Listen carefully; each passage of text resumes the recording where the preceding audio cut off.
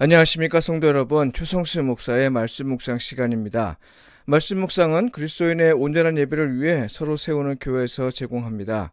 오늘도 주 안에 거하시면서 성령님의 인도함을 받으며 하나님과 이웃에게 복음에 합당하게 반응하며 사시길 축복하며 기도합니다.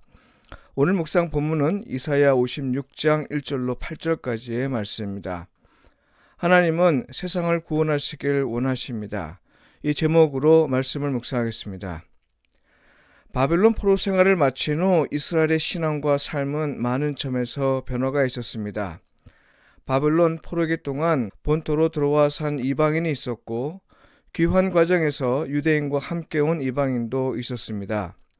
또한 바벨론 궁에서 환관으로 일했던 사람들은 거세되어야 했기에 고국으로 돌아왔을 때 그들을 어떻게 해야 할 것인지 적지 않은 고민거리였습니다. 왜냐하면 이방인이나 거세한 자는 비록 유대인들 가운데 섞여 살 수는 있으나 율법에 따르면 특히 이방인은 하나님의 백성으로는 받아들여지지 않았고 고자는 성전 제사에 참여할 수 없었기 때문입니다. 오늘 본문은 이와 관련한 말씀입니다. 먼저 3절에서 하나님은 이방인과 고자에게 이렇게 말씀하십니다. 여호와께 연합한 이방인은 말하기를 여호와께서 나를 그의 백성 중에서 반드시 갈라내시리라 하지 말며 고자도 말하기를 나는 마른 나무라 하지 말라. 여기서 갈라내실 것이란 말은 백성으로부터 배제하실 것이란 말입니다. 백성 취급을 하지 않으실 거란 말이죠. 하나님이 이방인을 하나님의 백성으로부터 배제할 것이란 생각을 이방인이 했다는 것인데요.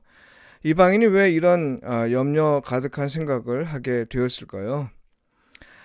이스라엘은 선민 사상으로 똘똘 뭉친 민족 국가이기 때문입니다. 이스라엘이 하나님의 백성으로 선택되었다는 믿음을 바탕으로 이스라엘에 속하지 않은 사람, 곧 이방인을 하나님의 백성으로부터 배제하였습니다. 함께 섞여 살면서도 하나님의 백성됨과 관련해서는 엄격했습니다. 그리고 고자는 이스라엘에서는 복이 없는 사람으로 취급받았습니다. 왜냐하면 자녀를 얻지 못하기 때문이죠. 이스라엘은 자녀를 통해 영생한다고 생각했는데요. 자손이 없이 죽는다는 건 일종의 저주에 해당합니다. 그런데 하나님은 더 나은 기념물과 이름을 바로 그들에게 주시겠다고 했습니다. 게다가 신명기 23장 1절에 보면 신랑의 상한 자나 신을 베인 자는 여호와의 총회에 들어오지 못하리라 이렇게 기록되어 있는데요. 고자나 거세한 자는 이스라엘 백성이긴 해도 성전에 들어가서 제물을 드리지 못한다는 말이죠. 오늘 말씀은 그들을 향한 말씀인데요. 사회적 약자인 그들도 하나님의 백성으로서 받아들여지고 또한 그들 역시 성전 제사에 참여할 수 있을 것을 말씀하십니다.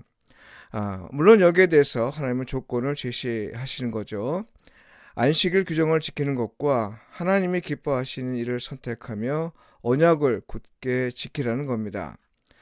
이렇게 하면 비록 고자라도 그들에게 자녀보다 더 나은 기념물과 이름을 줄 것이고 비록 이방인이라도 그들에게는 성전에서 제사할 권한을 주고 또 그들의 재물을 받아주실 것이라는 말씀입니다.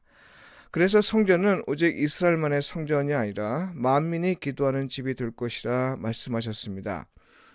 여기에 대해 8절에서는 앞으로도 계속 이방인을 당신의 백성으로 삼으시겠다는 계획도 말씀하셨습니다.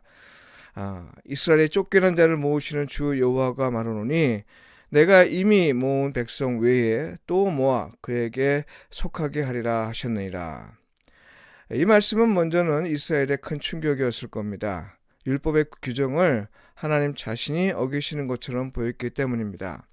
그러나 하나님의 뜻은 세상의 구원에 있지 신체적으로 온전한 자나 이스라엘의 구원에만 있지 않음을 그들은 알아야 했습니다.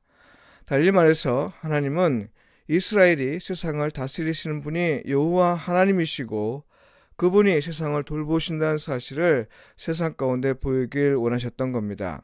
그러나 이스라엘은 그렇게 하지 못했습니다. 이에 하나님이 백성의 범위를 넓히시고 심지어 고자까지도 성전 제사에 참여하게 하신 건 당신의 구원을 친히 세상에 알리신 것이죠. 이스라엘이 하지 않아서 하나님이 직접 하신 거죠. 여호와 하나님이 스스로 율법을 어긴 것이 아니었습니다.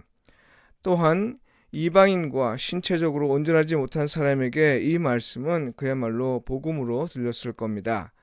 그리고 이 말씀은 이 땅에 오신 예수 그리스도를 통해 성취하였습니다. 우리가 기다리는 주님은 이것을 온전케 하실 겁니다.